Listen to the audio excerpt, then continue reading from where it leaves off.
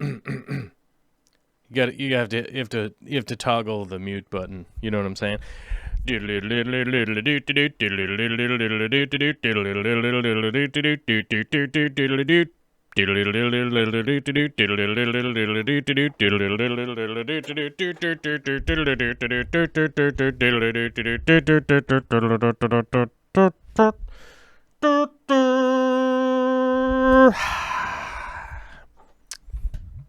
That's the noise that my daughter makes after she drinks water. She goes, ah, because it's so fresh. So fresh.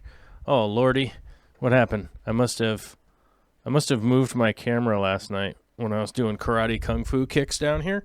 I was doing a bunch of karate chopping with my hands, and I think I moved the camera on accident.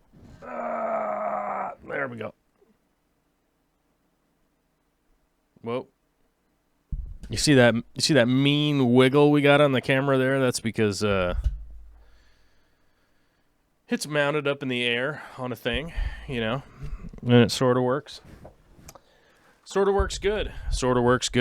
What's up, everybody? It is Monday out here in Western Washington in the United States. Some of you people from overseas might recognize something like a Space Needle is about where near I live, but to me, that's 40-something miles away, which is 80-something kilometers, I think. Hold on. Let's go to the internet for a second. Let's go 42 miles to kilometers.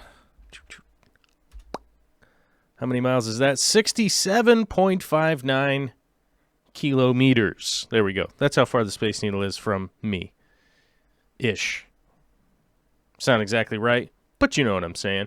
What is a Space Needle? It's a thing that's it's a tall building that was built for the World's Fair.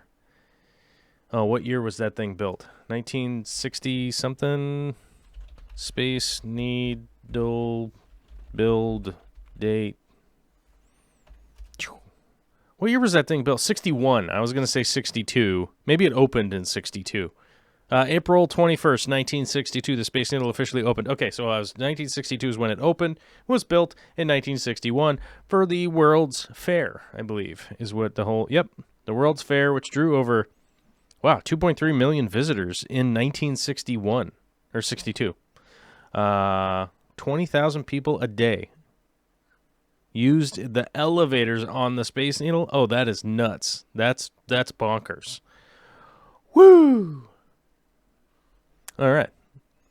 Well, thusly ends the beginning of the show talking about the Space Needle for no reason. Okay, moving on. What's up in the chat? We have a brand new member the other day, which is Flicka Book. Said, "Hey everyone, hope you're all staying safe and generally doing okay. I won't have time to stay for the whole live stream." I added the word whole in there, right? Can you talk about what other food we can feed our fish if we run out of the normal? You guys will notice I did post an Amazon post or Amazon link on the community tab. So on YouTube, there's a tab called Community. You guys get those community posts that come up every once in a while, right? You guys get those community posts. I had posted one up there because I had to order myself a couple extra things of fish food just in case, you know what I'm saying? I had to do a little just in case, which, by the way, I actually went to a guy. I went to a guy. I didn't go to a guy, sorry. I went to school with a fella that, can you believe his name was Justin Case?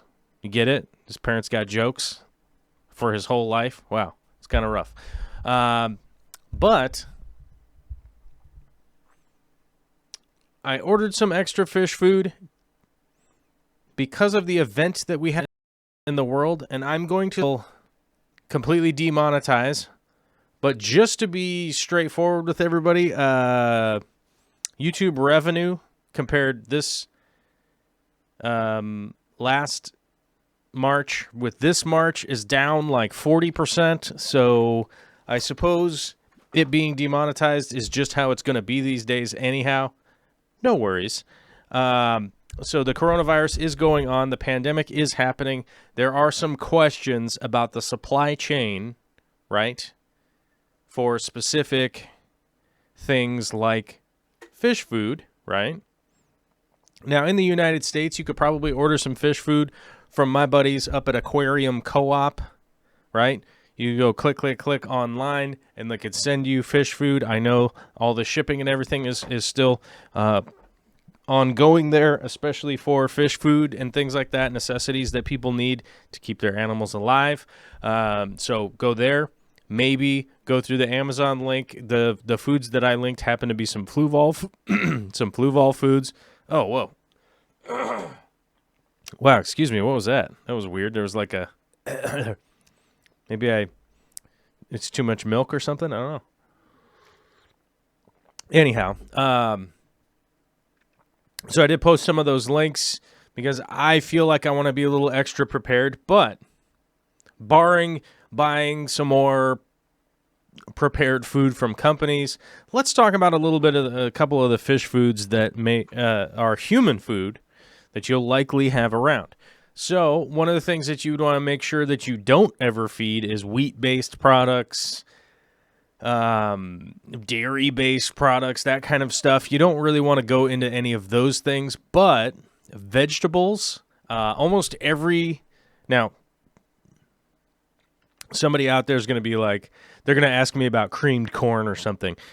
Whole canned vegetables are typically going to be legit. So we're talking about like peas, green beans, and of course now I don't really have that many more off the top of my dome. Not corn. Don't feed your fish corn. Don't do that. It's not good. But any of the green canned vegetables are generally going to be fine. I think people will probably start posting some up in here. I do have things like frozen spinach in my freezer, which is definitely helpful. Which is definitely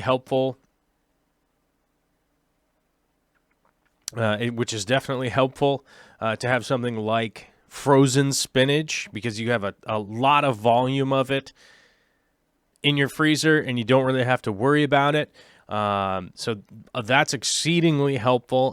There's not a whole lot of fruit that you can feed your fish, but pretty much any vegetable is going to come in handy. I think in a real pinch, like cooked rice can do some stuff. It's not necessarily recommended for me. But the one thing that I almost always have in my freezer for my fish, for my shrimp, for any of that kind of stuff would be frozen peas for sure. But you could get yourself like a 5-pound bag of frozen shrimp.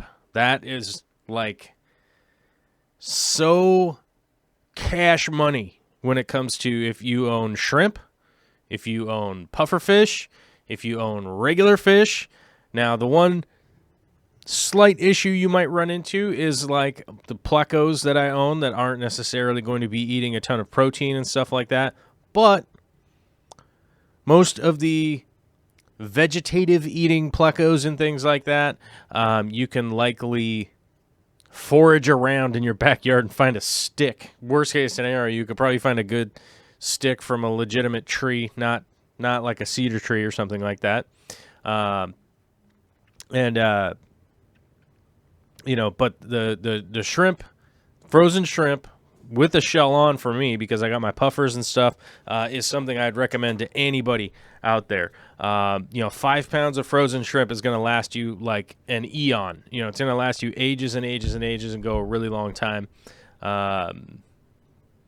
So that would kind of just be my little user guide from just a couple of seconds of thinking about it before the show. But those are kind of the things. And then Terry's Tropical Tanks just mentioned my little secret weapon, the fact that I've got a bunch of chickens in the backyard that lay the magical, mysterious egg.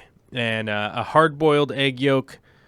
You could feed fish fry with it. You could feed pretty much just any kind of fish with a hard-boiled egg yolk, not the white. You don't want to feed them the white part, but the egg yolk is always going to add some food for pretty much any fish. And I almost always have eggs, and I definitely noticed when I had to go to the store yesterday. I had to get medicine for Olivia. That was the only reason I left the house. There really wasn't any other. I haven't left the house in ages. But I had to get medicine for Olivia. There was no way to order it. It wouldn't have showed up until next week. So she has some allergies and stuff going on, and that we just really have to stay on top of that, because last thing you want is to be during a pandemic and your daughter need antibiotics and stuff like that because she got like an ear infection or something like that, because we weren't, So I had to take the chance. I had to mask up. I had to glove up. I had to go into the store. I went in late night. There wasn't a lot of people there, but of course, like, people are just not. I don't think that they're getting it. I don't think that they're getting, like, how kind of serious the situation is, because like all of the initial stories that came out was like, don't worry, you won't die if you get it. If you're like, people were like, oh, if you're under 65, don't worry, you're not going to die. And that was like how a lot of people were talking about it. And it was kind of interesting thinking back now, how people were talking about it. And I realized that, like, I think it's kind of weird. It's like, I've been hit by a car and run over by a bus. Now, I didn't die, but I would never recommend that to anybody. Like, as like, you'll be fine. Like, what? No, I would never recommend that to anybody. Like, what? That's not, I wouldn't just say, like, start running around in traffic. So, I don't know. But that's just a small human thing that I noticed was weird about this whole situation. Was like, it was just a little bit odd. Punchy Paint says, use Joel's Amazon affiliate link. There it is right there. Click through. And then, of course, you could buy a whole bunch of stuff on Amazon if you can even get it to ship to your house, because they're all on strike now, walking out and going on strike. So who knows? Whole Foods is on strike. Amazon workers are just walking out and going on strike. So who knows? Who knows what's going to happen? It's kind of interesting when you pay people like $10 an hour to, like, run around like crazy all day and expect them to be a machine, and then, and then on top of it, you want them to work around potentially other sick people during a pandemic situation, and then they get upset about it. I don't know. It's totally mind-bending to me. Like, whoa, what? What happened? That's bizarro. But yeah, it's just kind of a thing. No super chats today, but we do have to change and check in on our members. And, I mentioned earlier, revenue's down, and it's a real thing, and I certainly am not even asking anybody remotely to join up, become a member, or anything like that. If you are needing your last, if you're in the dire straits, do not be supporting this show to, like, sacrifice whatever you need in your life. That is never, no way, don't do that. But the people that can and want to help support the show and the channel and stuff like that, then I much appreciate it, 100%, like, from the bottom of my heart. The reality is, somebody asked me this a while ago. They're like, if YouTube was making enough money for you, would you just be a full-time YouTuber? And I think the reality is, like, I probably would. Like, I would obviously do other projects from time to time,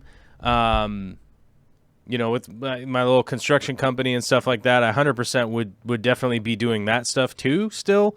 But I think the reality is that if anybody said, like, hey, if you were making a lot of money at a job, would you continue to work at the job? That's what it comes down to, right? Like, in my mind, it's like, hey, it's a job I like doing. If it was enough to pay all the bills, would you keep doing it? I'd be like, yeah, why wouldn't I keep doing the job? Like, what? That doesn't make any sense. Like, why would I stop doing the job?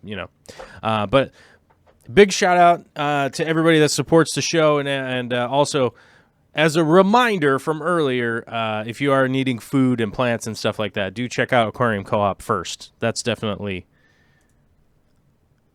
it's legitimately my advice. Okay, it is. Sam Malone with a $5 super chat. I'm going to get to that in just a second. Let's get to our members on YouTube.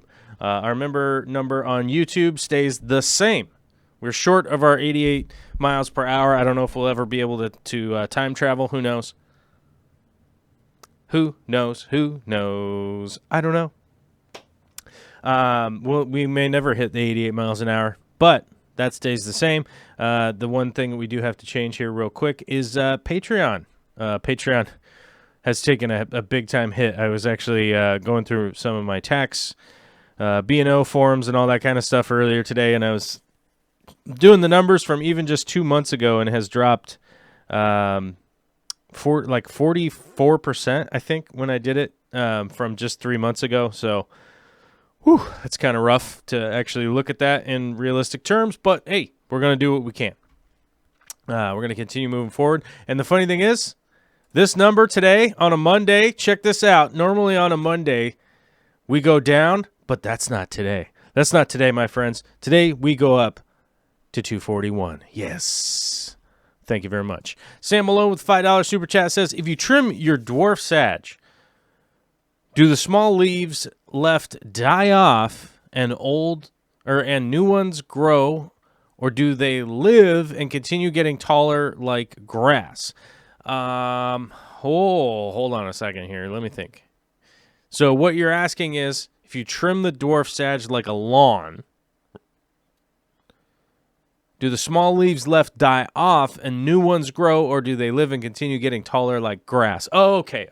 So it's like if you're trimming your dwarf Sagittaria, right, like grass,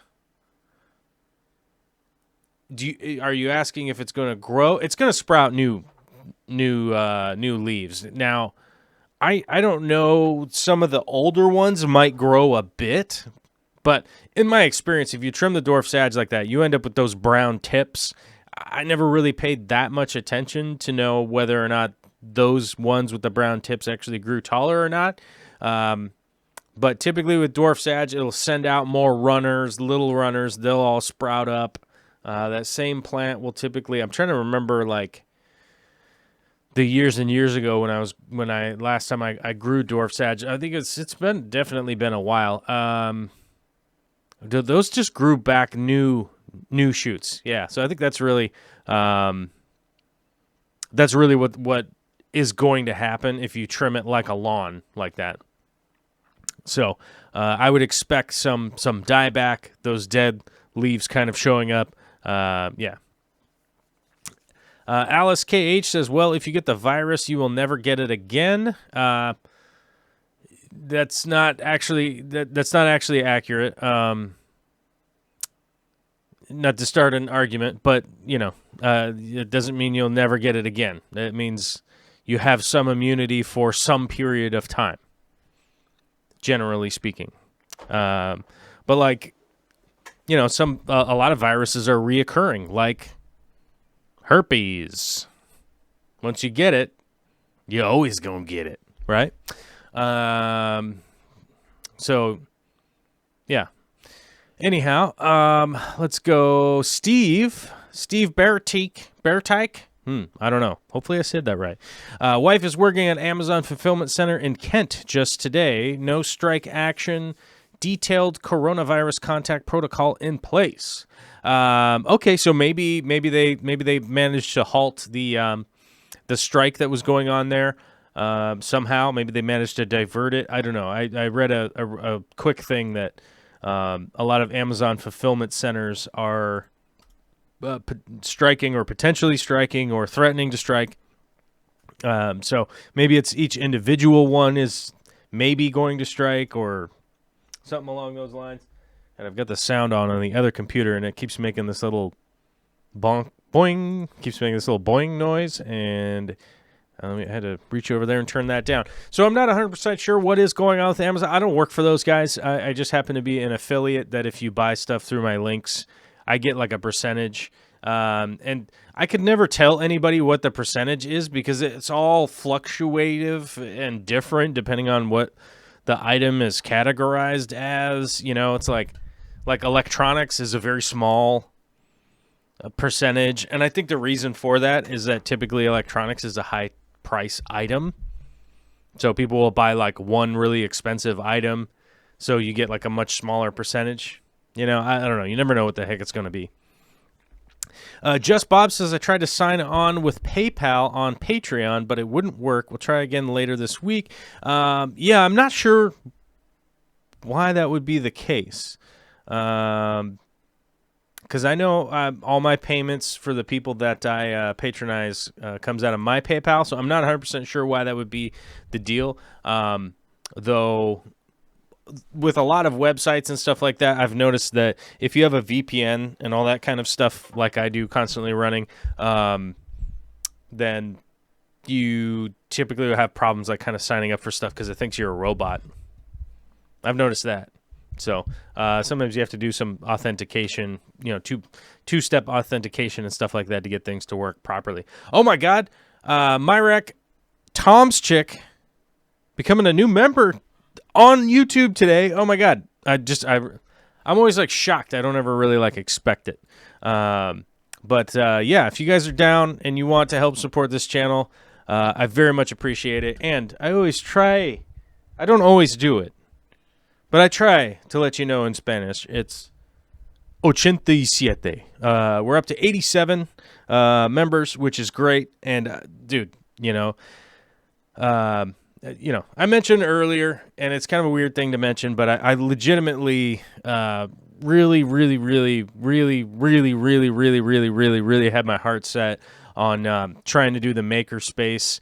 And I thought, 2020 is going to be the year. Like, this is the year we're going to go over the top. We're going to do this crap. And then, we get kind of blasted with this situation that we all have to be locked in. So, we are definitely going to try and I'm going to try and do the makerspace. And the makerspace was essentially I was going to get what I would consider to be an affordable commercial space, which there definitely are some in the area out here where I live. Sand Creek Aquatic says, don't patronize. I don't know why. I don't know why that is. Maybe Sand Creek is mad at me for something. Who knows? Who knows? You never know. I don't know why. I don't know why people, man. I don't know why people. Is that a word? Is that a sentence? Maybe. Who knows? Anyhow, I was going to get a really affordable commercial space. I was going to build it out so we'd be able to film. We'd have fish tanks there, and we'd be able to film in that space. We'd also be able to have locals and stuff come there. We could also have people when they come to town, have guests come by, not only other creators and other aquascapers and all that kind of stuff, without it having to be a business that's trying to constantly sell stuff. That's one of the things that I kind of get irritated by, that most, if any of the spaces that you ever see out in the world that do have, guest speakers or something like that at them, or some kind of presentation, are almost always like a store where it's like, hey, buy a bunch of stuff. And I don't ever want to sell stuff to people. That's not really something I ever want to do. I'm not a salesman, and it's not my thing, So that was kind of the thing. So we're going to actually try and do a virtual makerspace this year. And I've talked to some important people in regards to setting that up yesterday, so I'm a little bit excited about doing it. I don't want to tell you what it is, so I'm going to keep it on the DL until it's time to make that happen. It'll be pretty cool, though. Will you be excited? I don't know. That's a decision that you'll have to make yourself. But, hey, we're about 20... what time is it? 3:26. We're about 26 minutes into the show, so we might as well get to what the title is all about. So part of the reason I was doing my B&O taxes and stuff like that, I have to report all of my taxes, incomes, blah, blah, blah, all that kind of stuff. We had some slight issue with some basically like some tax reporting, right? Just to make sure that things are falling into the right categories and stuff like that. And it made me realize that it had been quite a long time because I put a deposit down for some of the most amazing shrimp. I'm so excited. I'm so excited. I'm so excited. I have to do the man thing and just get like real like quiet and be like, you guys, I'm very excited. As you could tell, I'm jumping out of my pants. I'm very excited, guys. I'm so excited. I'll probably get so still like a statue and just continue to be a still, sleepy statue or something, right? But they are arriving this week during the pandemic. I will not be held back by viral infections that are potentially going to, bring the whole house down, if you know what I'm saying. They're coming this week. I'm very excited. I've had the tank set up for a long time. I have not been able to film that. I seasoned the tank. I've let it break in, all that. And then now I'm actually going to put them in a different tank. So the 60-gallon that I set up a while ago, which I think was about... I should probably double check and look this up. Hold on. Let me see. I have the dates in this file. Hold on. Let me see. No, that's not. Maybe. Let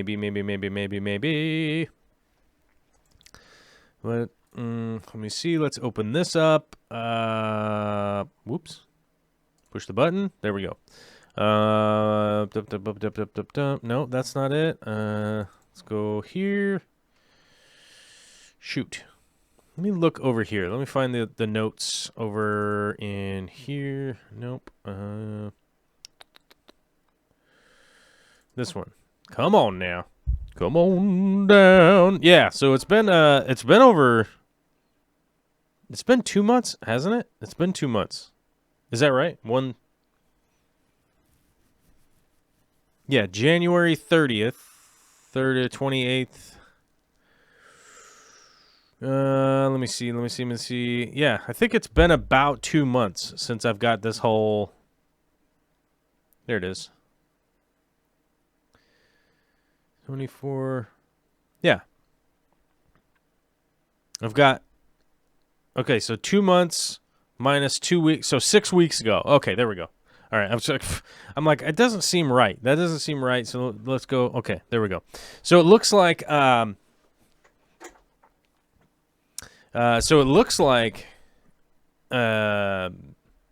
been about 6 weeks since I've set the 60 cube up. I've been letting it season. It's completely cycled. I've done a bunch of water changes in it. I've got some plants growing in it, but I'm not going over the top. I made some changes and filmed some stuff last week. Pulled out some rocks. I'm making some changes. I'm doing all that kind of stuff. And I'm going to end up putting the shrimp in that tank. Now, the reason for that, the other tank that I was going to put the shrimp in is a 120-gallon tank. And I'm only getting in, like, I think, no, not 30, 25 of these shrimp, right? And they are the black Nancy. What would be the whole name of them? Let me see. Black. Let's see. Oop. Here we go. Black Nancy shrimp. Let me see. Which, where is a picture of them? Anyhow, the picture on the thumbnail of today's video is a pretty good representation of what they look like. They're a crystal shrimp that have mated with Now, of course, I forget off the top of my head. Have they mated with a tiger, or are they just strictly a wacky... let me check. Let me double check. Oh, no. Nancy shrimp are a Tybee shrimp and a crystal shrimp have mated in order to create them.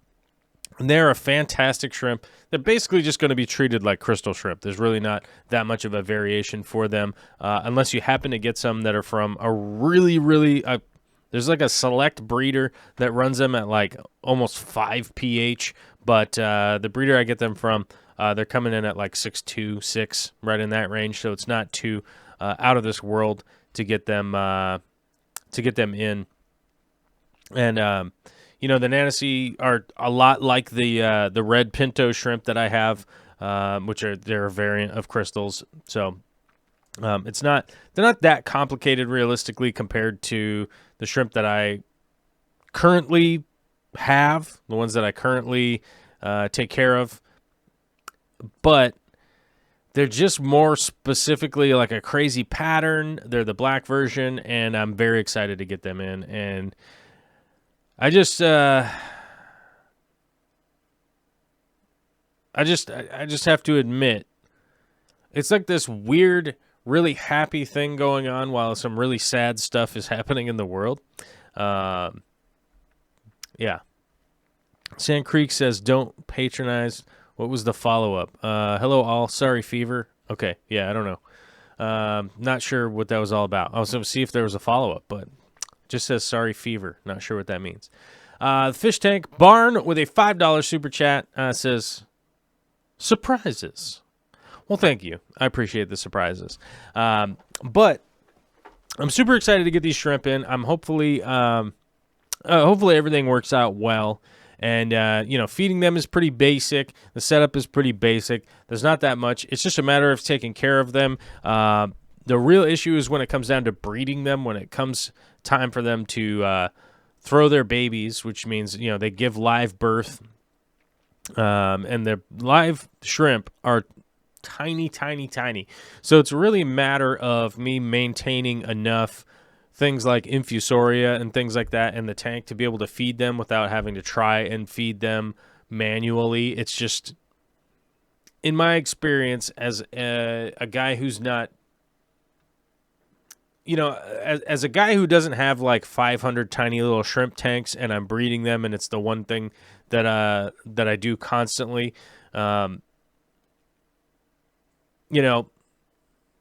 hand feeding them is just really not a way that I recommend like average people like you and I to really handle them and stuff. So I'm going to have to get some extra mosses and things like that going that I already have going in some other sumps and things like that, just to make sure that we have a real solid chance to make sure that there's a lot of infusoria and things like that in there for the little baby. They are so tiny. I don't know if you guys have ever bred crystal shrimp or anything like that, but their shrimp are so small. I generally have to look for them at night when all the lights are off in the tanks, and I have to turn all the sump lights and all that kind of stuff, keep it pitch black in the fish room, and then I have a little light that I look around in there real slowly in the middle of the night so I can really focus. And the easiest way to find those little baby shrimp is with that little light when it's really dark. And as you're kind of looking around, you might see a little flash of color where there's a little tiny shrimp. But the real trick is like if you move a light into a spot that's kind of parallel with the substrate, you'll see the shadows moving around, because like that reflective you hit the little baby shrimp with the light, it blocks the light, it casts a shadow that's bigger behind it. That's the real trick that works out for being able to spot the little baby shrimp, because if you try to do it with all the lights on, it's just difficult, because you'll be like up against the glass, right? Like trying to look and like trying to figure it out, right? And it's just not great. It's not a great way to go about it. It'll make you lose your mind. Oh man, and what a delight. My coffee's still hot. That's good. This mic stand is slowly but surely doing weird stuff. But yes, I got those shrimp coming in. I'm super excited for it, and I think it's going to work out well. I think my pre-planning, my setting it up ahead of time, and getting everything into place is going to work out. Is going to work out as well as I could hope. I think realistically, if I was to say I have an expectation, I think it's going to work out. I hope it's going to work out. But we'll see. We'll see what happens. It's just kind of like a test of time. You know, I got all my food lined up, all that kind of stuff. So I feel like I got all the ducks in a row, and then it should work out. But sometimes things just don't.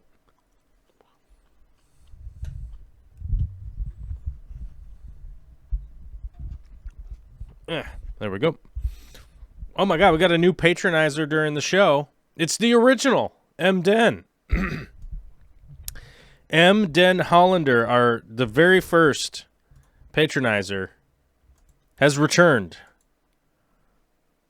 to take the crown back to 242. We're all the way up to 242 people on Patreon. Thank you very much, guys. I know it's been exceedingly rough for a lot of people out there, and the people that can help out. I know a lot of people recently got super mad at me about some things that have been going on in the world, and trust me, I get it. Everybody's got a pretty high temperature right now. Everybody's a little like ready to freak out. You know, some people like where I live have been in quarantine for like 2 weeks now, getting a little crazy-eyed, you know what I'm saying? People getting a little stir-crazy, getting stuck in your house and freaking out a little bit. Highly recommend those people. If you're starting to feel that feeling, work out. Go for a jog. Go for a walk. Go outside. Distance yourself from other people. Don't roll around on the ground. Go for a run or a walk. Take your shoes off. Leave them outside when you come back. Just do that. But one of the things that people got mad at me yesterday is like I highlighted the math on the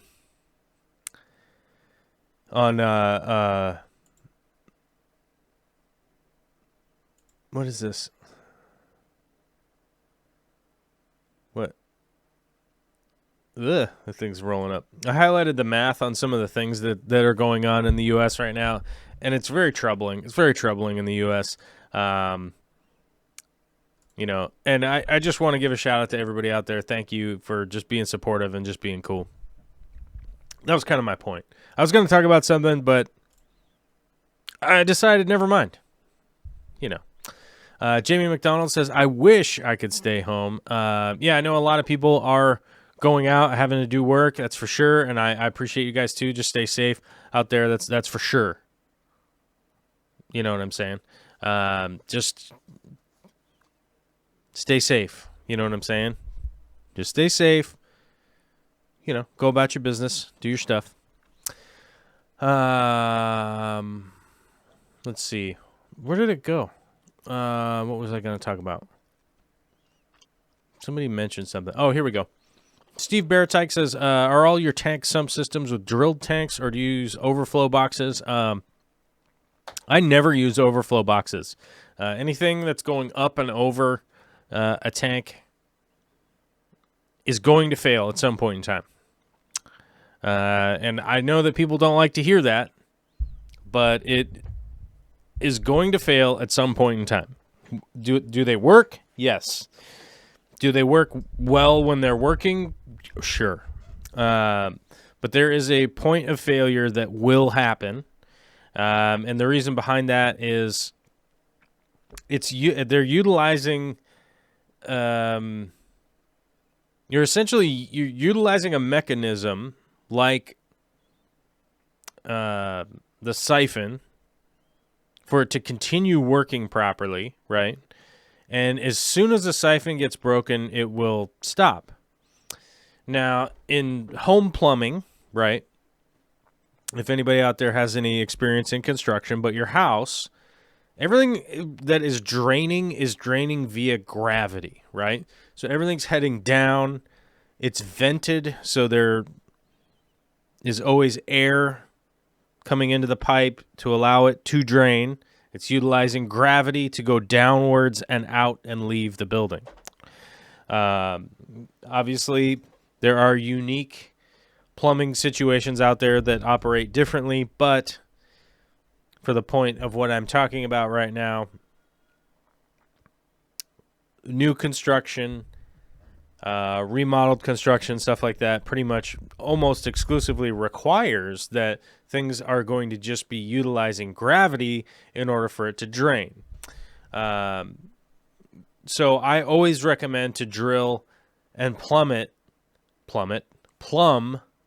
the aquarium in a way that we would do in a new construction or a remodel, that the plumbing is going to be effectively utilizing gravity for it to operate properly. Because if gravity goes away, we've got a much bigger point. We have a big time problem.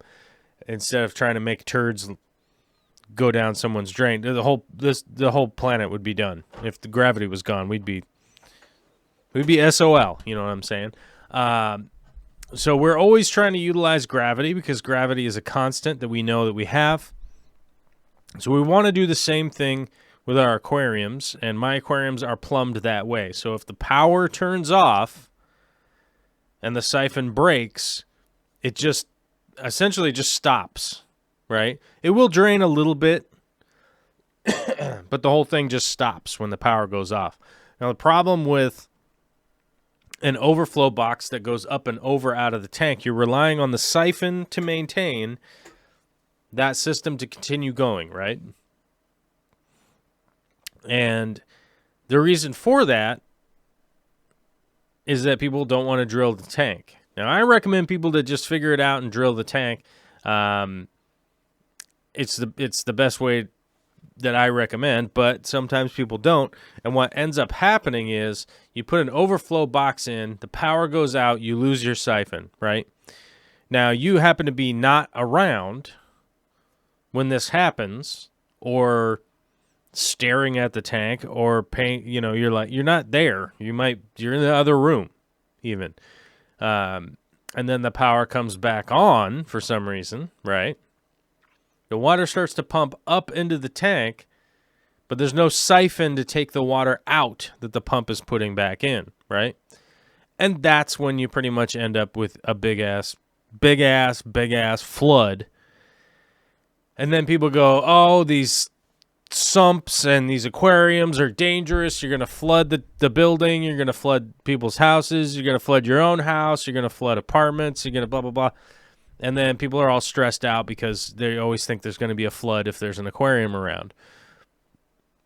By the way, everybody hit the like button. It does help the stream out. If people hit the like button, it'll essentially share it to more people. And apparently I'm supposed to say that, I guess. I don't know. It's one of those stupid YouTube things. I'm a YouTuber. Hit the like button. Ugh. I don't know. Anyhow.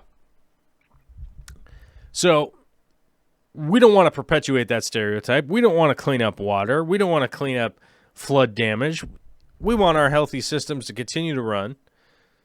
So I actually, I drill the tanks so that when all the power turns off, it drains down a little bit and no water will come up out of the sump, because it's just enough water that the sump just and just stops, right? The whole thing just stops. Then if the pump turns back on, starts putting water up into the display tank, it just fills up and overflows and utilizes gravity, right? So that's the basis of why I would do that instead of utilizing an overflow box. There's a lot of good companies out there that make those overflow boxes and stuff, and I realistically think they're just utilizing a market. And I think that's the only reason they do it, is like, oh, people buy these. I don't know how many times I've gone to buy a used tank and somebody has an overflow box sitting somewhere. So I don't recommend people to buy them because you could likely find one for like $5 on Craigslist or something. Because generally speaking, what happened is somebody bought one, they put it into their tank, everything was fine for a while, and then that simulation that I just explained, where the power went out for some reason for a little bit.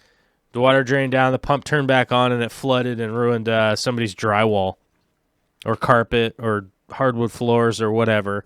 You know. And, yeah. So then they end up taking it off, hiring somebody like me to come over and drill your tank. And then after that, you're never really worried about it ever again.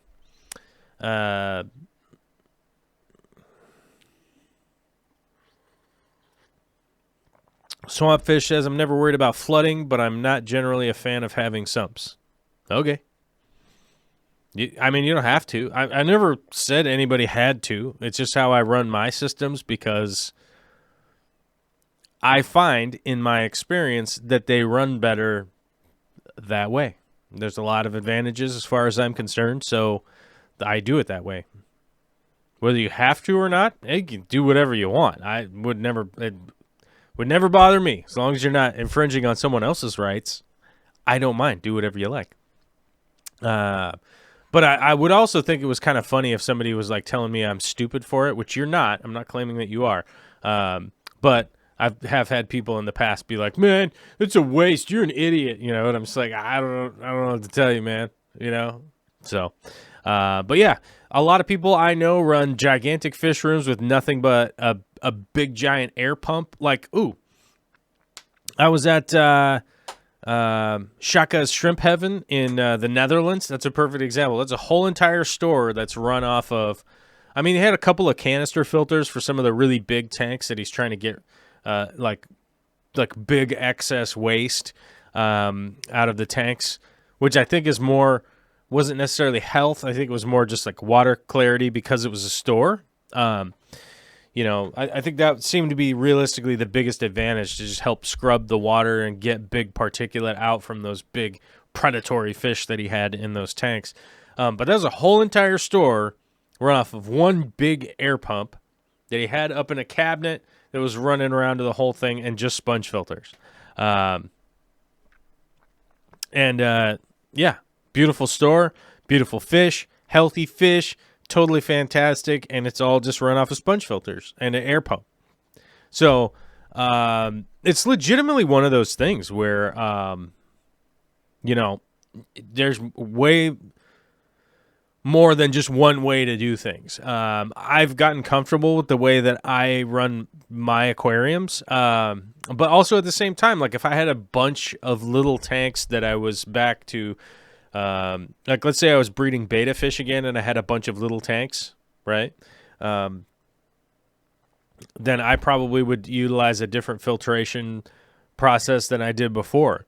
It eventually got to the point where I was breeding and selling so many fish and breeding fish and breeding fish and just getting rid of fish and doing all that stuff. I ended up getting all this store credit. So what I would do is I would just buy AquaClear 20s, you know, and just put those filters on buckets and stuff, because I didn't really want to like buy a tank, but I did want to have a filter that was powered, you know, that had a little pump.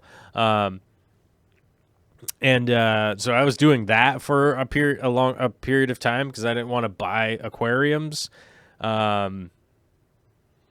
You know, so I was using buckets, and people wonder like, how are you using buckets? You just use the square with they're not mayonnaise buckets, they're margarine buckets. So if you guys have ever worked, big time, big restaurants and stuff like that, which I did for years and years and years and years and years and years and years and years. You know, pickle buckets are round and green, totally useful for a lot of stuff. Pickle buckets are awesome, and they're like heavy duty. So if you happen to have a local restaurant near you once they're open again, that, by the way, if you find like a deli or something like that that gives out a pickle like on every single plate, go in there and ask them if they have pickle buckets. You know what I'm talking about? And if they have pickle buckets, they're the green ones. They're heavy duty. They come with a lid. They're badass. They'll probably give you some for free, likely. Maybe not. I don't know. But if you're looking for the square buckets, so they're a 5-gallon bucket that's square, you'd want to go to like a bakery that does like actual French baking and stuff like that, like an actual big bakery that's making croissants and stuff like that. Oftentimes they'll have what are called a margarine bucket, but they're filled with butter. They're often butter buckets.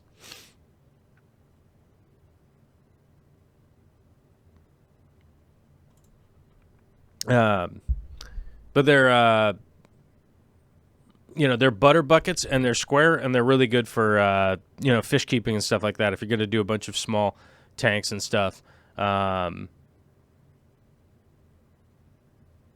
it's worthwhile. It's definitely worthwhile.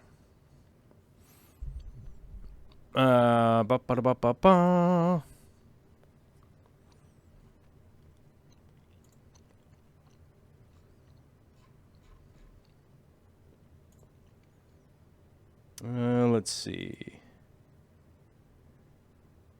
What is this? Okay. All right. So, but yeah, you can definitely get those, and you can often get those for free. And those are pretty much the best little breeding situation that I've ever found, like most cost effective as far as I'm concerned. Because even if you went to the $1 per gallon sale and bought like a bunch of 10-gallon tanks, like those things are going to be $10 a piece, and you still haven't figured out your filtration yet. Now, you could do it with a sponge filter, but you're still going to have to run a big air pump. They're loud, blah, blah, blah. They're good. I like the sponge filter method and stuff like that. But the big thing with me is that I wanted to do more kind of power filtration. Like I found that to work better for me, like something that's pumping and actually filtering actively as opposed to the sort of passive sponge filter, method.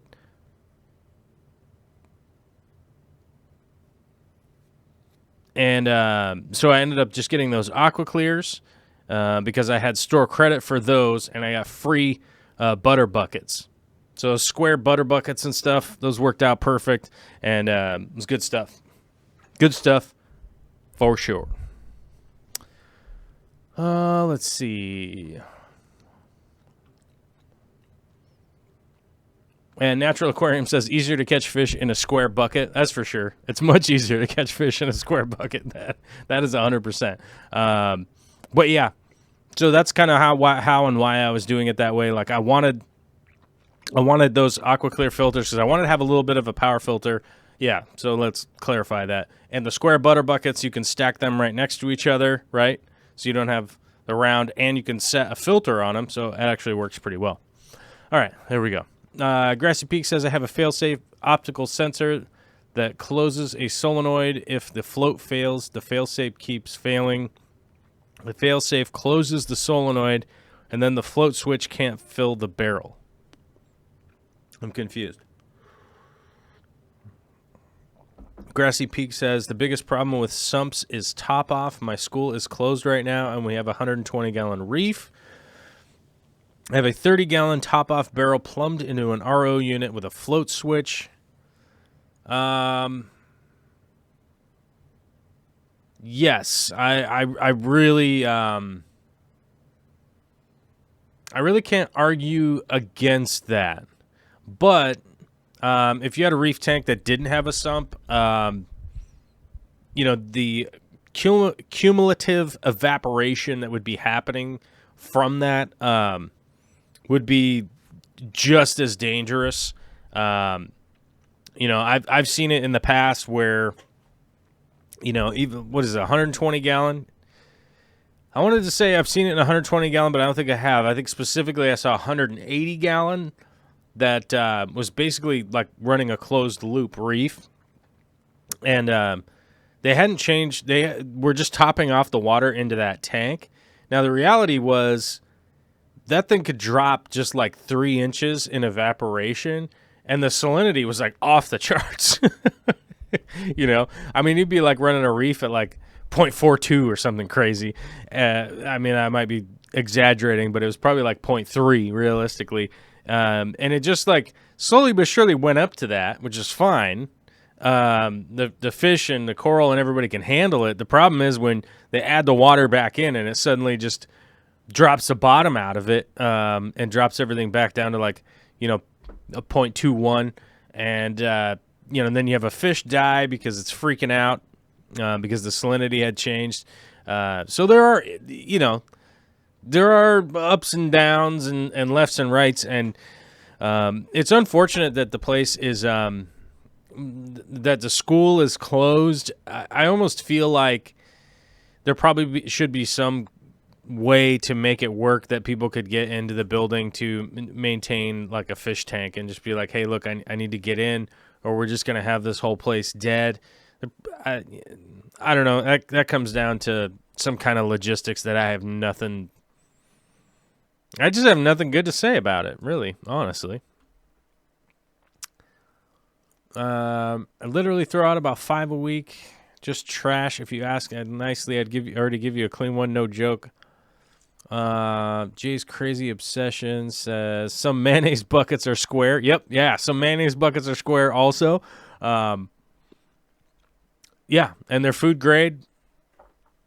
Yeah. They're a good bucket, and it's a good way to go about, breeding. If you are going to do something that has to be, a lot of fish isolated and stuff like that, I find that to be kind of the most effective way. And you actually are recycling and reusing something that's probably going to get thrown into the trash. So it's kind of a double whammy of cool stuff. Jay's Crazy Obsessions is Mr. Chips an emoji or just a badge? Mr. Chips is just a badge. Yeah, you have to work your way up to get the Mr. Chips badge. If you got that little puppy dog badge, you are for sure somebody who's been supporting the show for quite a while.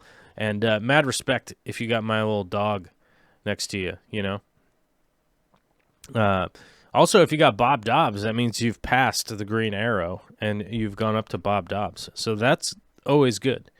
If you got Snake Plissken, that means you're over... I don't know if I find somebody. There we go.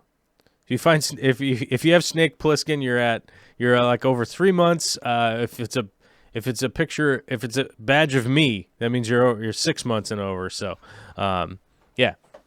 So shout out to that, man. If you got a Mr. Chips badge, you're doing all right. You're helping out, and I appreciate you. That's for sure. Let me see how many. We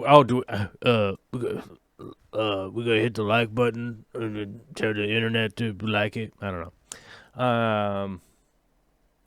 Phil says my sump next to my display tank, pump, and a 2-inch siphon. Oh, that's right. We were talking about that before.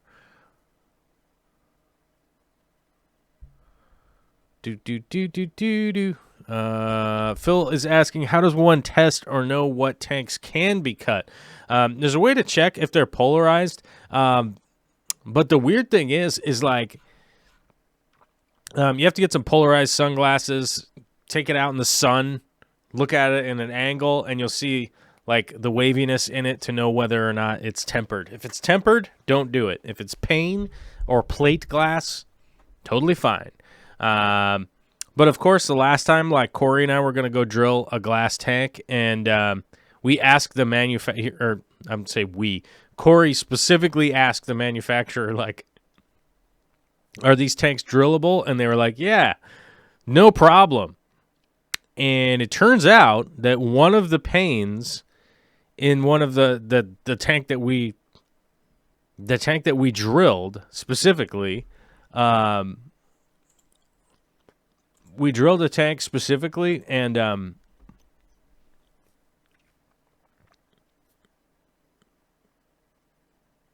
that was the one pane of the tank that was tempered, so it shattered, right? And how do we know that? Because we took it to the dump, and the issue is like, so we took it to the dump, and we chucked it in, and it fell all the way down the, like, however far, and it obviously didn't hit the concrete and shatter. It just kind of landed and went dunk. And so we're like, what? And so, of course, we started throwing stuff at it, like 2x4s and stuff like that. And we cracked every other pane in that tank down in the dump trench down there. And none of the other ones were tempered because they all cracked instead of shattering and exploding. So it turns out there was like a tank that they put the tempered glass as one of the side pieces and not the bottom piece. So sometimes you get lucky, sometimes you get unlucky. You never really know what you're going to get realistically sometimes. Even though the company said, hey, the sides are not tempered at all, they're all going to be plate glass, it turns out one of the sides was tempered. And I think basically what happens is they just mixed up the bottom and put it on the side. I think that's what happened, like during manufacturing. Because the bottom was supposed to be tempered, but it wasn't. But it turns out the one side that I drilled, of course, the one that I randomly drilled turns out to be the tempered one. So, realistically, at the time, like, we just scrapped that idea because we were like, all right, this is going to be nuts if we're going to have to drill. At the time, I think I was going to have to drill like 100 of those tanks or something, and it was going to be many, many, many, many weeks before we could even get that many in. Because I think even the company that we were going to get them from didn't have that many tanks. So they were going to have to make more, which meant we were going to have to wait for the other stuff that they were supposed to make. So like in the production schedule to get in, and then it was like, okay, that's going to be like, and then they would have to ship them via a truck, blah, blah, blah. It was going to be like 8 weeks or 9 weeks or something for them to show up. So we actually talked to the acrylic manufacturer who made the tanks for the aquarium co-op and was like, how long is it going to be? And the guy was like, well, we can get most of them to you in about probably 3 weeks or something. And then we did the pricing, and it was like, the pricing's about the same, so F it. And we just ended up going acrylic instead. So, of course, we just had to do 100 acrylic tanks instead. Jay's crazy obsession. Some tanks have only have a tempered bottom. Yeah, most of them these days, they figured out that the tempered bottom of a glass tank holds up way better because any things like dropping rocks and stuff like on them with the weight, especially of the water in there, actually holds up a lot better to have a tempered bottom pane of glass on the very bottom. And so they have that. And then the added bonus is that tempered glass is cheaper than the plate glass that they normally use for the sides. It actually is a cheaper, for whatever reason, even though it's processed more. I think they start out with cheaper material, and it ends up being cheaper in the long run for companies to use tempered glass, because I don't think it has something about it doesn't have to be as pure. You know what I mean? Does this have to be pure glass? Who knows? I don't know. I'm not a glass manufacturer, so I wouldn't really want to jump into diving deep into the small little bits of information that are in my brain. But I did learn that secondhand, and then I looked it up, and it seemed to be accurate, but I might be wrong. I learned it secondhand from the glass guy that I used to get my glass from. Can I respond to Steve? What is Steve? Huh? Steve, where's Steve? Let me see. When you get past this virus, what should I expect a pro glass drilling to cost?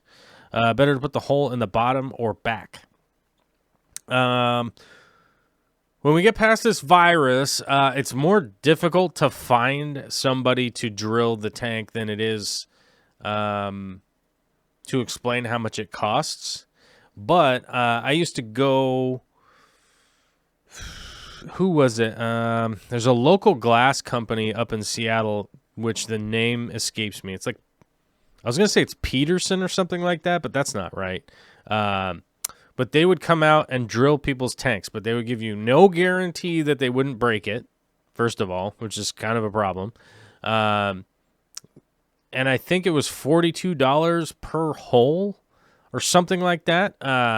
It really was like one of those situations that I was just like, man, that's a lot if somebody's going to come out, because they have a base charge also. So it's like, I think it was like $42 a hole, and like they would come out on location to do it, or you could bring it there. And I think you could get the $42 a hole kind of deal. But, yeah, it's not cheap to definitely have somebody come out and drill the hole for you or whatever.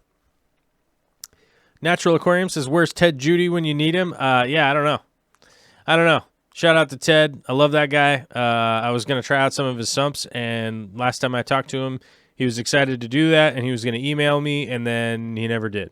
So, I don't know. So, I don't know where he is. I've never got an email from Ted, so who knows? Spadoinkle, hey, buddy. It's been a while, Joel. Are you in a weird quarantine location? Doesn't look like your office. This is my office. I painted it like a jail cell. And I have concrete walls now. I built concrete walls. And I painted it battleship gray like a jail cell. Because that's how I roll. Except that wall over there is white. That one's lighter gray. And this one's blue. And that one's wood. So, I don't know. Who knows? This is my office. I moved here a long time ago down into the basement. I built an office, and this is where I broadcast from. And I still don't have art on the wall back there, but I have my caution fire is hot sticker. So I put that up there. Because I got a whole plan for this big wall back here, and I have to drill the concrete and stuff.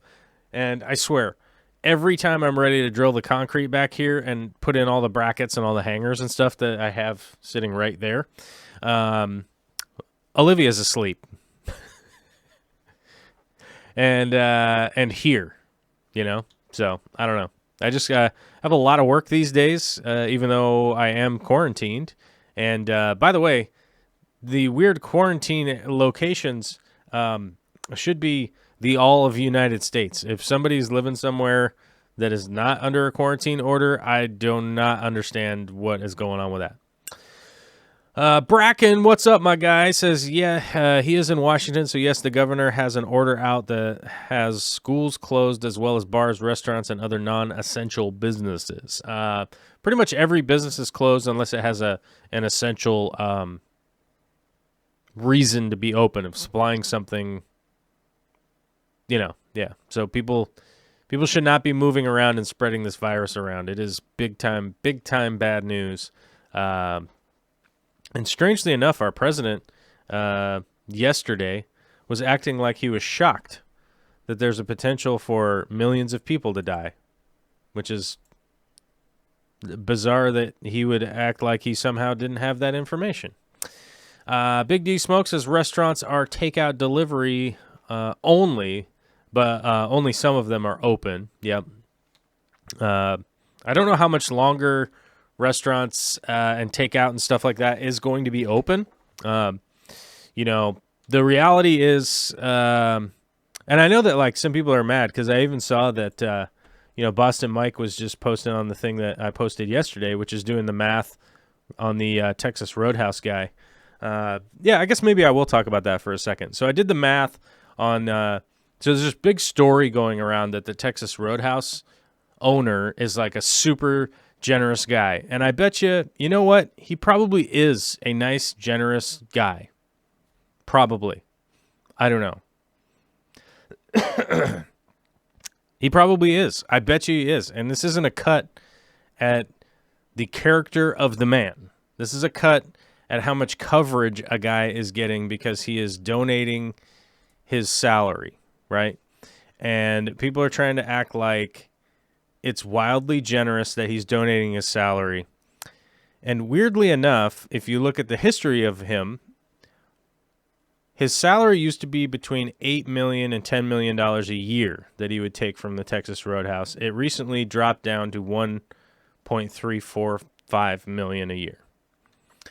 And the main reason behind that would be a lot of his income has been deferred against being straight salary. He is mostly bonus and stuff like that. Because as we know, the tax code has changed right? From income tax, you're getting taxed, but the tax code has been deferred against, what do you call it? Capital gains taxes have been thrown aside. And he has donated his $1.345 million to support some of the workers, who, by the way, are still doing, they're doing like to-go orders and like car deliveries and stuff. And that's great. And it sounds good. Like, it sounds like a good thing. Like, it's very generous.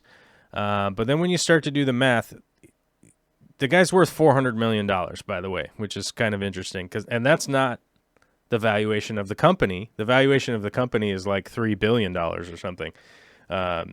Just the property holdings of that company is $1.5 billion with a B. And they've got 69,000 employees, which if you break up his salary, that means that he's donating $20 to a person, right? It's like 19 and change or something like that, which I guess we could all go for that. But the guy being worth $400 million would be like a person that makes $50,000 a year having $14.8 million in the bank and donating their $50,000 salary, right? It's not nothing. It's not zero. But if you start to take away some of the zeros, like let's say you got $14.8 million in the bank, you take away those zeros until you get down to the last digit. It's like somebody having $1,481 in their hands, just standing there, right? And then you go, thousands of people are going to starve. We need a portion of the money that you have. That these are all employees that he's responsible for. And he takes a $5 bill out of the $1,481 and gives that to charity, with air quotes, right? Now, it's not zero. And by the way, these aren't strangers. These are all people that make him money all year long for the last 20 years. It's not like he's asking. It's not like a homeless person is just asking him money on the street. And the immediate reaction I get from people is like, he's doing something good in a time of need. And I say, okay, yes, I appreciate that it is something good. But the unfortunate side of it is that it's more than likely a tax write-off and a monumental way to get advertising, right? It's just essentially the company paying advertising. You have a 500-unit restaurant chain. How much do you think their advertising budget is a year? I tell you, it's way more than $1 million to advertise for 500 restaurants. So, I'm not trying to get mad at people or be angry at people, but the reality is he's doing what people are claiming is like this crazy altruistic thing when it's really not that big of a deal. Like, it's not a hardship to do that charity. And people are like, well, he doesn't have to do anything. Nobody out in the world has to do anything. Nobody in the world has to get up in the morning and go to work. Nobody has to do anything for anybody else, right? Nobody's obligated to do anything for anybody. That doesn't mean you don't do the right thing that you're supposed to be doing. And, I talked about this a while ago, maybe it's affected some of my opinion somewhat, but if you want a breakdown of exactly what I'm talking about, and I never know how to say his name right, Anand Giridharadas, I don't know how to say his name right, but this is a great book if you want to read somewhat about what I'm talking about. And it's people with monumental wealth doing the most minimal charitable thing to publicize themselves, right? If you want to take the math of what I just broke down from the Texas Roadhouse guy, I've already charitably donated more money proportionally, without even telling anybody that I did any of this charity, right? I've literally just PayPal'd people money that were screwed up in this spot, right? A while ago, Vicky and I, we refinanced our mortgage, right? We continued to pay the same amount of mortgage, even though we refinanced, so our payment got much smaller. We've been putting that money into an account, and when that payment reaches an extra payment, we make an extra payment on the house. Instead of doing that, I've been donating that money to people that need help anonymously. And, it is what it is. But when the hyper rich people donate this, what seems like a lot of money, it's $1 million. But it's like, it's nothing to them. And then it's like, well, why didn't you pay any taxes? Or why haven't you paid for health insurance for these people if they get laid off? Why haven't you, what's the plan here? And it's like, the reality is he's just paying for his managers so he doesn't have to retrain managers when they come back. And I don't know. I have a lot of things to say about our food distribution, the corporations that are in charge of how food happens in the United States, and the food industry, the restaurants. It's like 4 million people just went unemployed because of a virus, and it's one of those weird things that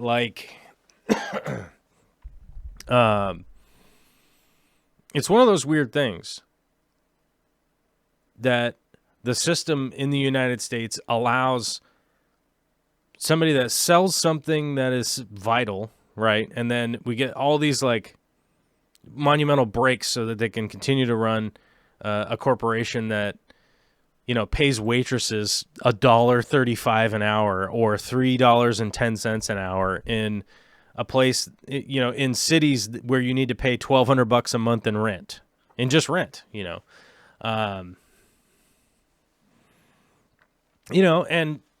do I have some criticism for that? Yeah. Do I think we should be like socialists or something, like where the government owns everything? Like, no, but things should be regulated so that people aren't able to just extract these monumental Scrooge McDuck cash piles, because no one needs that. Even the hyper rich people don't need that. Even Bill Gates doesn't need that, Yeah. So it's I don't know.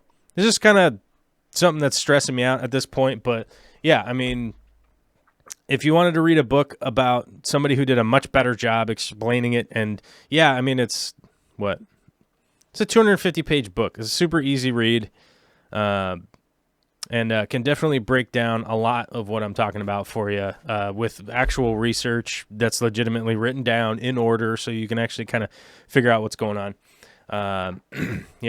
Swampfish says, look at Bloomberg. The money he spent on his presidential run amounted to him buying a bus ticket to a normal person. Yeah, and it's $750 million. Yeah, I mean, it's $750 million, right?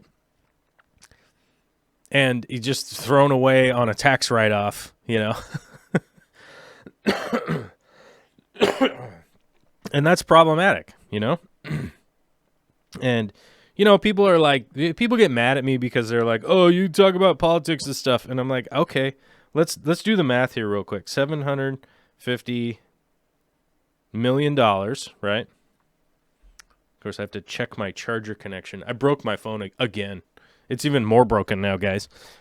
It's got cracks in the screens, and sometimes when you swipe up to unlock it, there's a shard of glass that cuts your thumb open, which is pretty rad. It's a good feature. Thanks, Samsung. Let's divide that by 69,000 employees that guy had.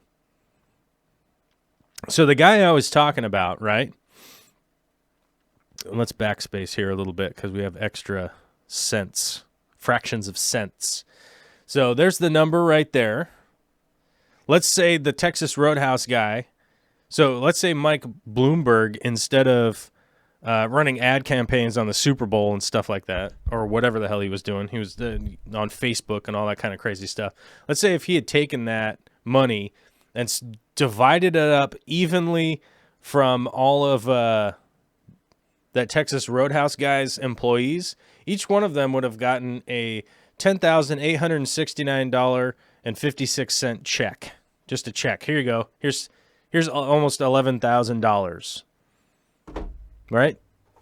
That's kind of the numbers that we're talking about, that like I don't think register into the average person's mind of like how much $1 billion is. It's super crazy. Like $1 billion is a crazy amount of money for somebody to have.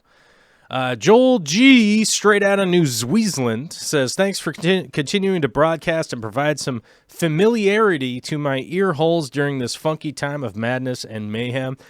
Yeah, it really is. It's a hard time, and I think we're all going to have to like really have some real strong conversations about stuff that people consider to be some kind of, it's like, you're not supposed to. What is it? You're not supposed to talk about politics, religion, and there's something else too. Oh, like abortion. You're not supposed to talk. You're not supposed to talk about all that stuff. It's like, or people's salaries, stuff like that.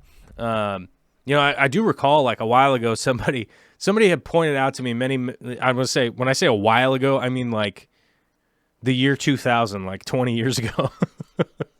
I met a guy, what was his name? I think he was an economics professor or something like that. I recall.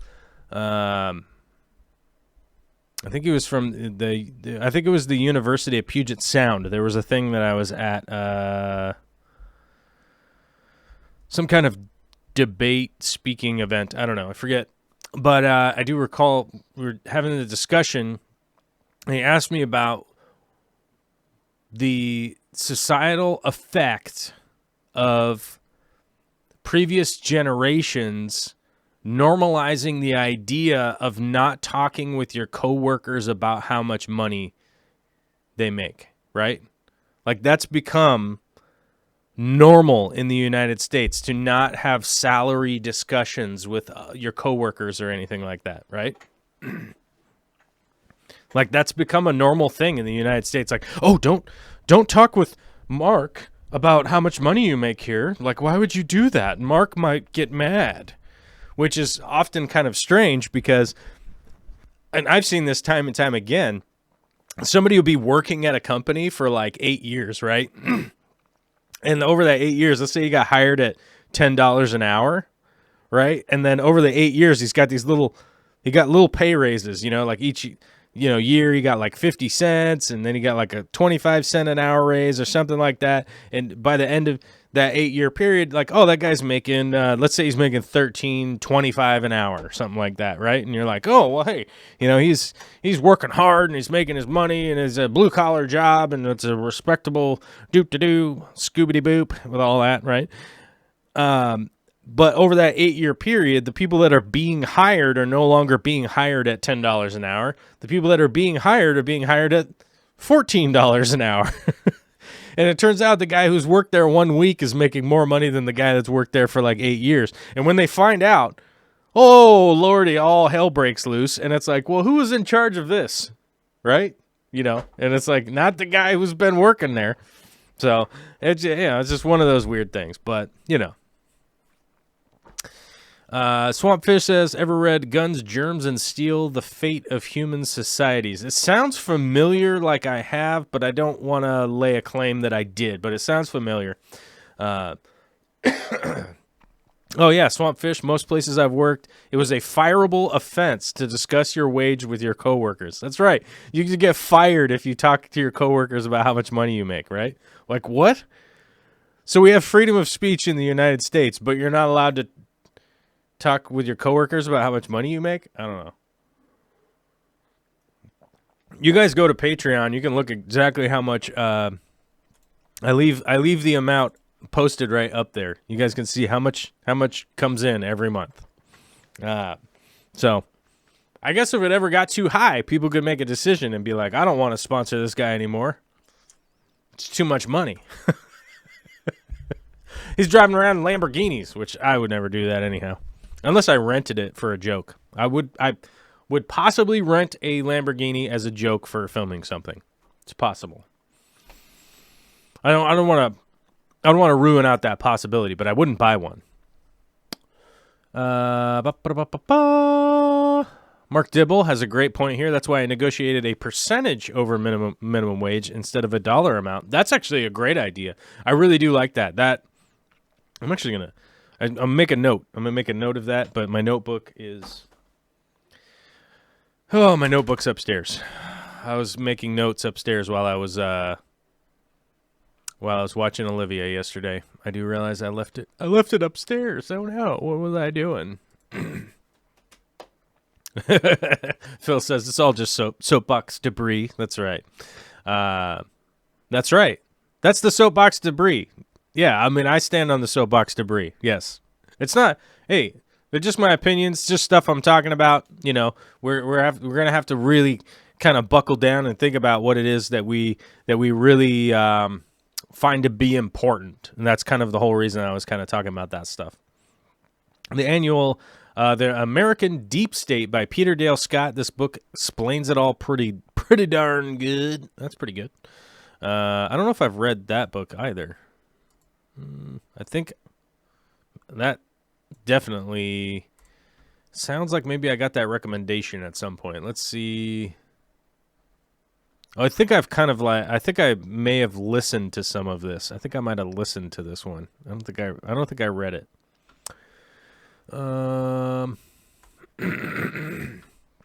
It's like not even available on Amazon. Oh, there it is. Here's the Kindle edition. Item under review. This book is currently unavailable because there are significant quality issues with the source file supplied by the publisher. The source file's not good enough. Oh, that's funny. But, yeah. All right. But I digress. I don't know. I'm literally only mentioning this book because I've been reading it, and it is good. And most of the stuff in it is pretty verifiable. That's one of the upsides, that you can actually do some research and see if it's truths or half-truths or not. It's actually pretty verifiable to find out what most is discussed. Like button. Oh, yeah. We got to hit that like button. Why not? Fisheye on Tactics. James Wendell. Is that every state? What happened? Established all the way back in 1935, the NLRA made it illegal for an employer to fire an employee just for talking about wages at work.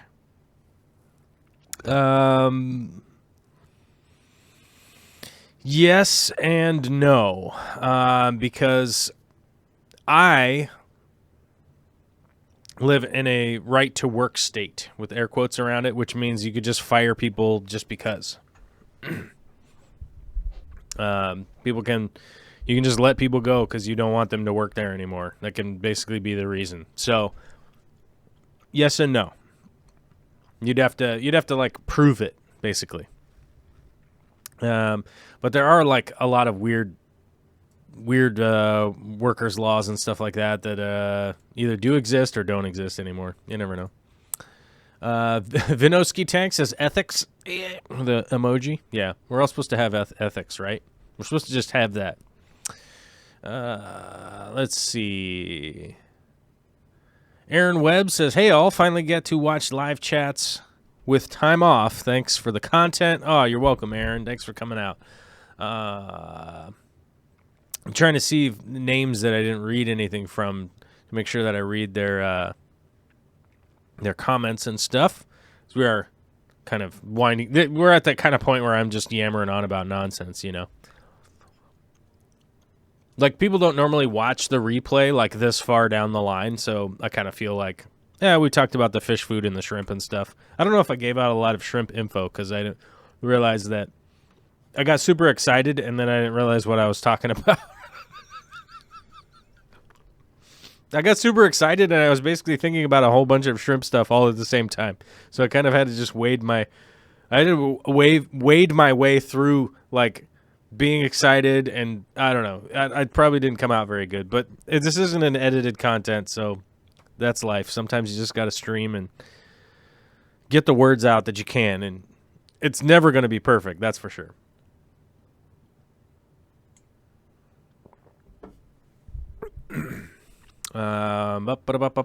Ginger Graves says we're supposed to have common sense too. Yay! Nonsense. Bracken says it's time to add more rock to the reef tank. Bracken, you know where to get more rock. If you need to get more rock, let me know, brother. We'll figure out how to socially distance ourselves. Keep your germs off of me. You know what I'm saying?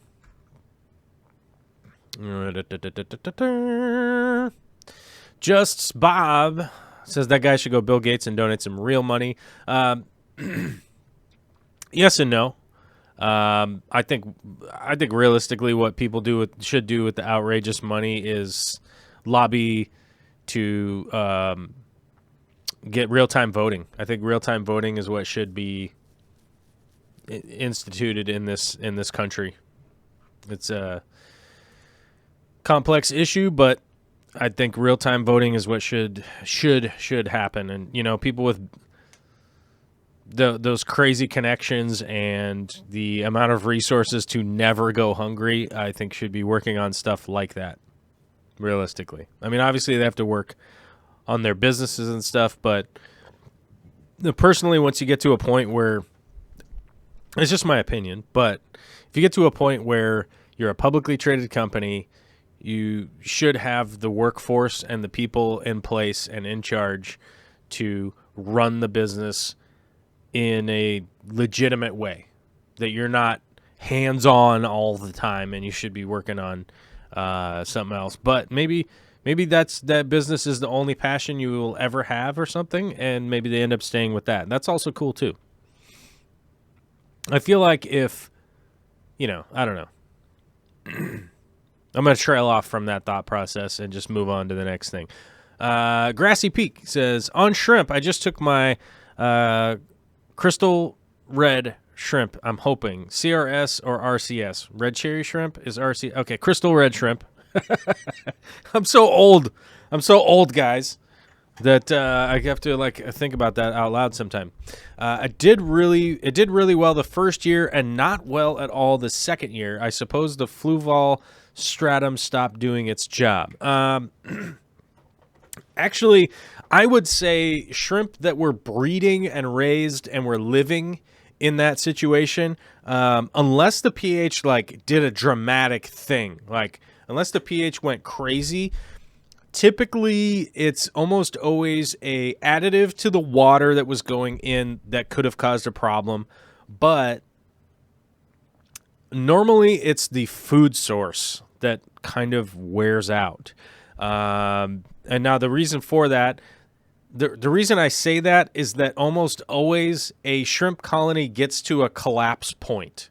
Like, the shrimp are breeding, things are going rad, there are more shrimp and there are more shrimp. And if you're only kind of feeding one type of food that's not necessarily really bringing in exactly all of the nutrients, and the nutrients that may or may not become missing as more shrimp exist, because you have to think, as more shrimp exist, more calcium is existing in a shrimp form, right? And that's just calcium. So the availability of calcium for the other shrimp and stuff like that, you have to be making sure that you're amending that. And I've seen it often that people get that 1 year of success or 6 months or 18 months or something like that, and then the shrimp that kind of just dwindle off and stuff like that. And that realistically kind of boils down to food is what almost I've always seen. I don't want to say it's only that, but that's normally the culprit. I have secret shrimp food that I don't normally talk about, and the reason for that is I don't know where to get it other than on foot in Germany, literally going to the store where the doctor, believe it or not, is a shrimp doctor in Germany. It's a doctorate in don't even know what you're supposed to call it. So I'm going to make up my own word, shrimpology. I don't even know. But he's a freshwater biologist. There we go. That's probably a better way to put it. He only spoke German, so I couldn't really ask him like what his degrees were, but he is a doctor. And I do have shrimp food from him that amends that, and I don't have an availability of what's something that's comparable that I could tell people what to buy. So I don't really talk about it that much, and that the reason for that is I don't have an alternative that I can recommend people to go get. So I'm still working on that to figure it out, but it's very time-consuming without really an ability for me to legitimately fact-check whether or not the labels that I'm having to basically read, cross-reference, and make sure is about the same. You know, it's not working. You know what I mean? Oh man, we had a member drop out during the live stream, so we have to go back to 86. Sorry, guys. This happens. This happens sometimes. Sometimes we have members that come and members that go. But, you know, I think ultimately, like on shrimp, and as far as that goes, more often than not, that's what I have found to kind of be the linchpin, the pin that the colony collapses on is that something is deficient food-wise, maybe even the quantity of food, like you're not feeding enough. So the shrimp are kind of starving out. Definitely happens, you know. Natural Aquarium says, why can't we get shrimp doctors here? What's up with this health system? It's all a capitalist-driven system that makes it incredibly difficult to continue to train people for positions that we need, like healthcare workers, like biologists, like scientists. You know, it seems normal in the United States that people get 13 years of free school, you know, because public schools are basically 13 years, preschool, kindergarten through 12th grade. That's 13 years of free schooling. But it seems super weird for anybody to have any years after that in the United States for whatever reason. It's all got to be Pell Grants, and it's got to be Pell Grants, and like maybe you get a couple of Pell Grants, then you combine that with maybe some kind of local charity scholarship, or maybe you're like really good at badminton, so you get a partial scholarship for badminton to go to a community college for 2 years, which is kind of fine, but then you got to go to 2 years worth of state school to get your bachelor's degree, and then once you got your bachelor's degree, then maybe you could go to graduate school, but that's going to cost an extra $80,000, and then you got to do an internship, you know what I'm saying? Like, and I'm not saying it should be super easy for everybody to go to school, but I'm just saying it should be super easy for everyone to go to school so that people can learn more and we can have more learned people. It's important. Right? Right? You know what's weird? I think Jason Momoa has his bachelor's degree in marine biology, I think. Jason Momoa. What would we call that? Marine biology. Let's see. Jason Momoa, who's born in Hawaii, took marine biology as a major. He studied in Iowa for a short period. Then he transferred to Colorado State University and continued to major in wildlife biology. Back then, he already had knowledge about marine and life. And life and animals. When was this, though? That's my question. Oops, that's going to accidentally play a video. Don't do that.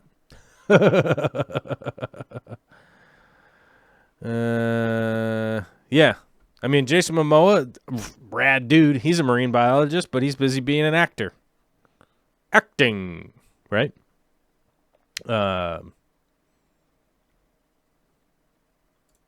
Funny story about Jason. By the way, I'm not kidding you when I say Jason Momoa is a rad dude. I had the pleasure of meeting that guy many, many years ago. Not anything to do with me. It's when he was on Stargate. What was it? That Stargate show? And my buddy, who I was friends with him, and I got to meet him one day for just a little bit, and then another time just for a little bit. I just got to meet him. Very nice guy, super nice dude. I made him a pizza. And yes, I was a fan of that Stargate show. So my buddy set me up for him to come into the kitchen to get the pizza, and it was kind of funny. I got to meet him. He's a real nice guy. Anyhow, I got to see him. Even back then, he was super generous, not with me, but with his friends. He came by one day and gave my buddy the choice of 3 really fancy, expensive guitars, because my buddy was a musician guy. And that's kind of why they were friends. They would play music together sometimes. And he showed up one day with 3 really expensive guitars and said, just pick one of them, whichever one you like the most. Just pick one, and then I'm going to take the other 2 back. But here's 3 that you could pick. And really just a stellar dude, but he's busy acting now. So now we're down 1 marine biologist. What are we doing? That's all I'm saying. Ginger Graves says, school isn't free. Teachers buy the supplies. Parents buy supplies. There's a list each year of stuff students have to buy, plus extracurricular activities. Yes, I know. I understand school isn't free. Property taxes pay for it. It's not good enough. Blah blah blah. I get it. Yes, but you know what I'm saying. You get what I'm saying. It's not free, but the kids get an education. Trust me, I've dealt with so many people from different countries throughout the world that don't have a public education. And you're talking about people that are 25 years old. They don't know how to read. They don't know how to read Portuguese, because they're from Brazil, and there's no required schooling in Brazil. It's just like, hey, can you pay somebody to go to the school? No? Okay, well, then you don't go. So, and I'm just saying that, we have a lot. We got 13 years of public schooling, and it's pretty good. For tomorrow says, how can I keep shrimp in my hard water? The pH is 8 to 8.2. If I can't without a RODI water, then so be it. If you're trying to keep shrimp in hard water, my best advice to you would be to plant that aquarium, get the plants growing and consistently growing, which even a high pH tank, you can do things like Anubias, like Valsnaria grow in that water. Valsnaria would probably grow in balsamic vinaigrette, you know what I'm saying? Like that crap will grow pretty much anywhere. But get some plants growing in it. Mostly African plants are going to be your best bet. There are a lot of plants from Africa that kind of grow in that higher pH water, and it's not really a big deal. Think thick-leaved plants. So most things with a rhizome that are thick-leaved can handle that and do relatively well. So I'd get that growing, and I would add red cherry shrimp from somebody local. So find somebody within a reasonable local range and get Neocaridina, which is Nature Aquarium said right there, which is going to be cherry shrimp, is essentially what you're going to be looking for. And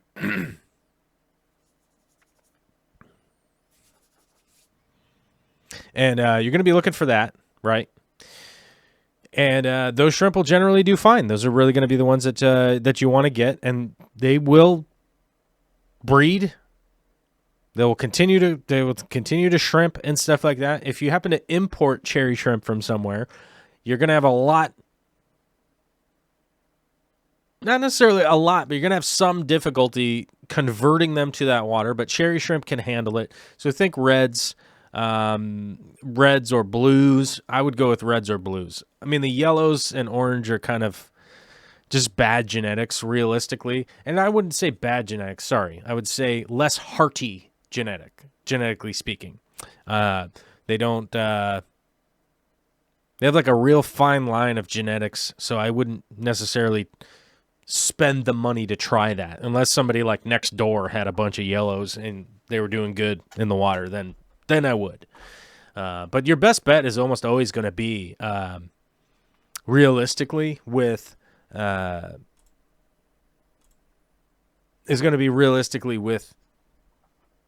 locally bred shrimp. That's always going to kind of be the best thing. If you can get somebody who's already gone through the pain of transition, then you're going to be pretty good. But we're getting close to the end of the show, so let me scroll through here and see if we got any more. Why can't we get shrimp doctors here? Vinosky Tanks, how about the Crown Corona in the shrimp beside your daughter pick? What's that all about? How about it? That's my shrimp. That's the king shrimp. I don't get to have Chris Luke up on the show, so I got my own shrimp king here. I don't know. I just realized that right now that's kind of funny. I'm literally making up my own jokes, and there's a hashtag dad jokes. I'm a dad now, so I get to do dad jokes. Concurrent viewers, 185,000.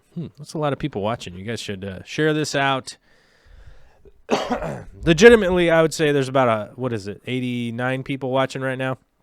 Thanks, 89 people. I trust you. If y'all lurking, I need you guys to do something. YouTube revenue is way down. People are stressed out. It's a freaking pandemic going on. The favor I need from you guys is to take one of my edited videos that you think is fun or maybe gives you a good feeling or is relaxing or something like that, and I need you to go to Reddit or Facebook or Twitter or whatever, wherever you like to do it. Maybe you like to share on Facebook. Maybe you like to share on Reddit. Maybe you have some Discord that I don't know about that you want to share it in. I need you to share it out. Because I literally looked up the channel analytics the other day, and the shares were like 4 out of a month. And I don't know what to tell you, but out of like, I don't know, we're approaching 27,000 people who are subscribed to this channel, right? Let me see. Yeah, 26,500. People subscribe to this channel.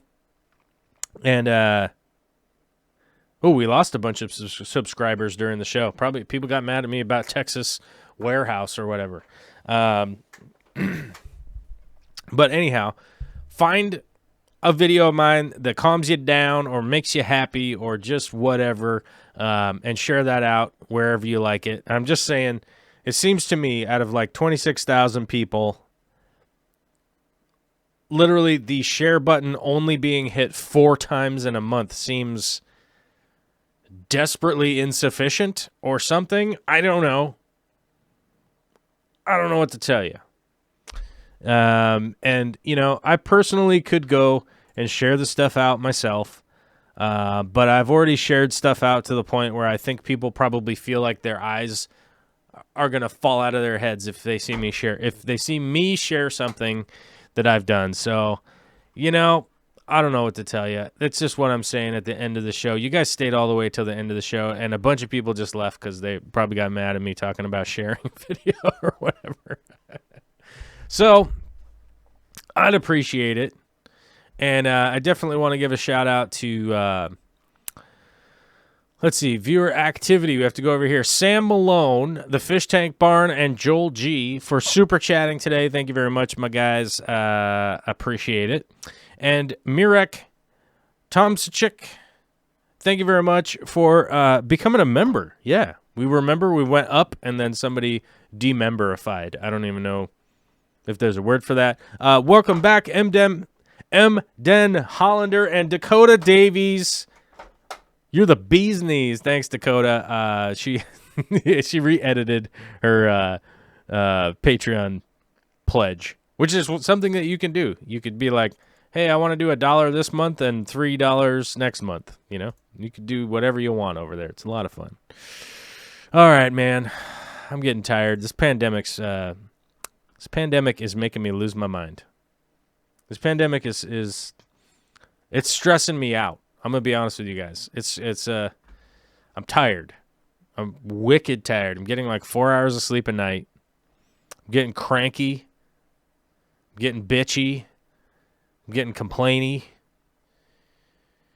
When I see the insufficiencies in humanity on a regular basis, I really start to lose it, and it does not make me feel all that great about humanity. But on a personal level, I do remember and I recall. What the hell is this?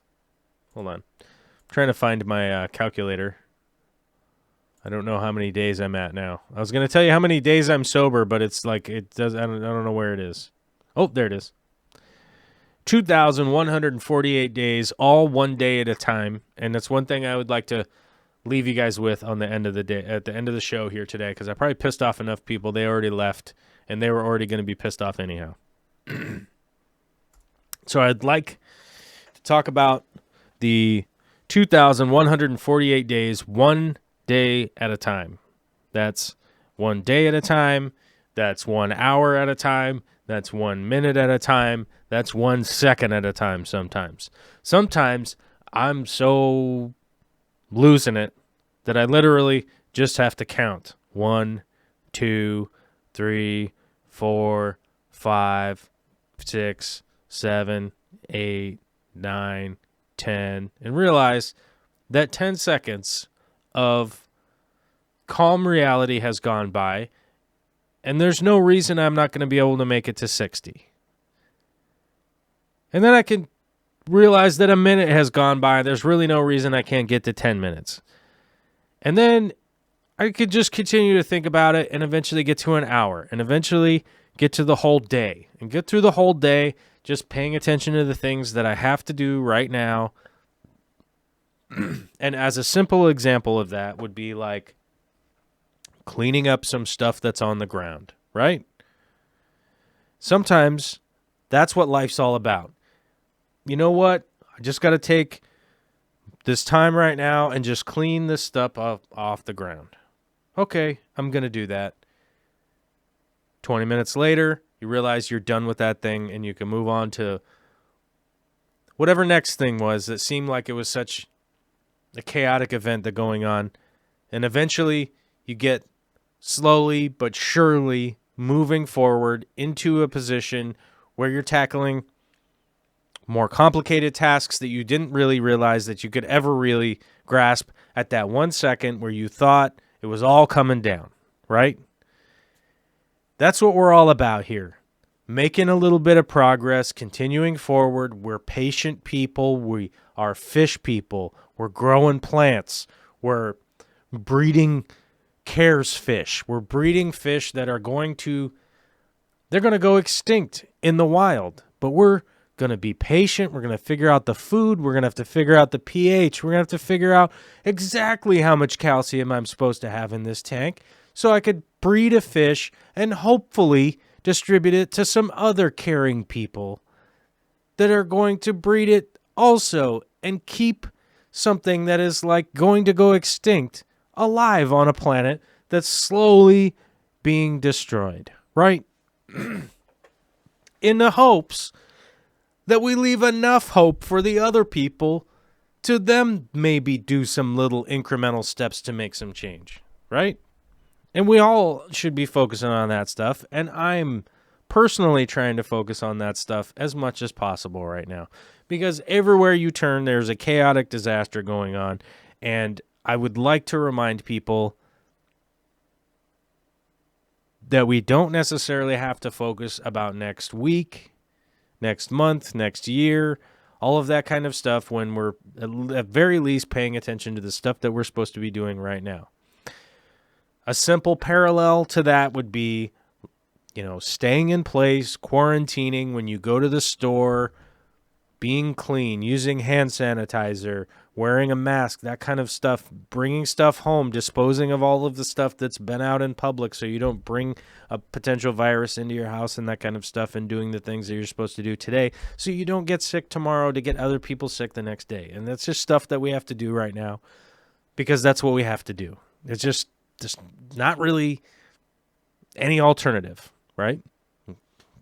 So I want to say that I love you all. I really do. I honestly do. I hope there's love in your life also. If there isn't, you could at least cling to the fact that I said I love you, because I do. I love humanity. I love you people. I love different thought processes. I love opinions. I love ambition and goals and all that kind of stuff. So I want everybody out there to have a good night. There's probably a bunch of other fish people doing fish stuff. Check that stuff out. And my own vanity, I will remind you at the very end here to find a video of mine that you really liked and share it out. I mean, you're quarantined at home. It's 5 minutes. If you don't want to, you don't have to. But boy, howdy, would I appreciate it. And it would literally be to me most likely in, what's the word? You'd be anonymous, because it would just tell me next month or whenever that the number would go up. And there will be a video out tomorrow morning, so check out that video if you only like edited stuff and you only sat through this because you're quarantined and you want to see a new edited video. And maybe it's good, maybe it's not. I don't know. I don't know what to tell you. I'm trying. I'm losing my mind, though. That's for sure.